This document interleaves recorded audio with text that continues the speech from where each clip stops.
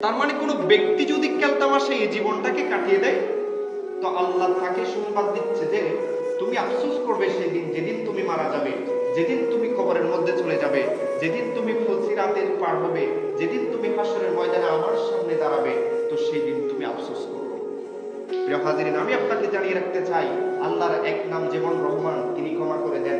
আল্লাহর এক নাম যেমন রহিম, তিনি দয়া করেন। আল্লাহর এক নাম যেমন গফুর, তিনি ক্ষমা করে দেন। তো আপনি জেনে রাখেন, আল্লাহর আরেক নাম হচ্ছে কাহার। যেদিন তিনি রাগান্বিত হয়ে যাবেন, যেদিন তিনি আপনার উপর রাগান্বিত হয়ে যাবেন, আপনাকে যেদিন আল্লাহর সামনে দাঁড়াতে হবে, তো সেই দিন কাহার রূপে পরিণত হয়ে যাবে। আল্লাহর জালালিয়তের শান যেদিন মানুষ দেখবে, আল্লাহর জালালিয়তের সূরত যেদিন মানুষের সামনে প্রকাশ পেয়ে যাবে কিয়ামতের ময়দানে, তো সেই দিন আমার আপনার বাঁচার দ্বিতীয় কোনো অপশন থাকবে না। আমি আপনাকে বলে দিতে চাই যে আল্লাহর এক নাম রহিম, আল্লাহর এক নাম রহমান, আল্লাহর এক নাম গফুর। তো আপনি এটাও জেনে রাখেন, আল্লাহর এক নাম হচ্ছে কাহার।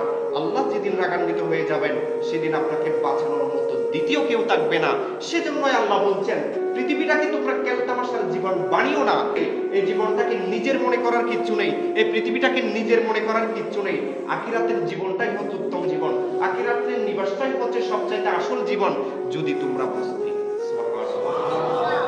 আল্লাহ নিজে বলছেন সূরা আনকাবুতের মধ্যে যে তোমরা এই জীবনটা হচ্ছে দুনিয়াময় যে জীবন, এটা হচ্ছে কেলতামাশার একটা জীবন। কেলতামাশা করতে করতে জীবন তোমার ফুরিয়ে যাবে, আল্লাহর ইবাদতের দ্বারের কাছে তুমি আসতে পারবে না। তো মৃত্যু যেদিন তোমার কাছে চলে আসবে, আল্লাহ বলছেন, বান্দা তুমি শুনে রাখো, অবশ্যই তোমাকে একদিন আমার সামনে দাঁড়াতে হবে। সেজন্য প্রিয় হাজরিন, আমি আপনাকে বলছি, আমি আপনাকে শুধুমাত্র বলতে পারি, বাধ্য করতে পারি না। আল্লাহ বলছেন, ফাযাক্কির ইন্নামা আনতা মুযাক্কির। ইয়া রাসূলুল্লাহ, আপনি উপদেশ দেন, আপনি একজন উপদেশদাতা। লাস্তা আলাইহিম বিমুসাইতির, মানুষের কর্ম নিয়ন্ত্রণ করা আপনার কাজ নয়। ইল্লা মান তাওয়াল্লা ওয়া কাফারা, যে ব্যক্তি আপনাকে মানে না, কুফরি করে, যে ব্যক্তি আপনার কথাকে অস্বীকার করে, ওয়া ইউআযিবুল্লাহুল আযাবাল আকবার, জেনে রাখেন সে ব্যক্তিকে আল্লাহ কঠিন শাস্তির মধ্যে অন্তর্ভুক্ত করবেন। ইন্না ইলাইনা ইয়াবাহুম, দিন শেষে তারা আমার দিকে ফিরে আসবে। ওয়া ইন্না আলাইনা হিসাবাহুম, আমি আল্লাহ তাদের হিসাব গ্রহণ করব। সুবহানাল্লাহ। তো দিন শেষে আমাদেরকে আল্লাহর কাছে ফিরে যেতে হবে। আল্লাহ বলছেন, ইয়া রাসূলুল্লাহ, আপনি অপেক্ষা করুন সেই সমস্ত মানুষদের জন্য যারা আমার দিকে ফিরে আসবে, আর আমি তাদের হিসাব নিব। আমি আপনাকে এটা বলছিলাম যে আল্লাহর এক নাম যেমন রহমান, তিনি দয়া করেন। আল্লাহর এক নাম যেমন রহিম, তিনি মানুষকে ক্ষমা করেন।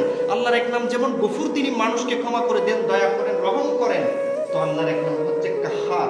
যেদিন আপনি আল্লাহর সামনে দাঁড়াবেন, সেই দিন আল্লাহ কাহার রূপে জালালিয়াতের সূরত আপনার সামনে উপস্থিত হবে। তো আপনাকে সেদিন বাঁচানোর মতো কেউ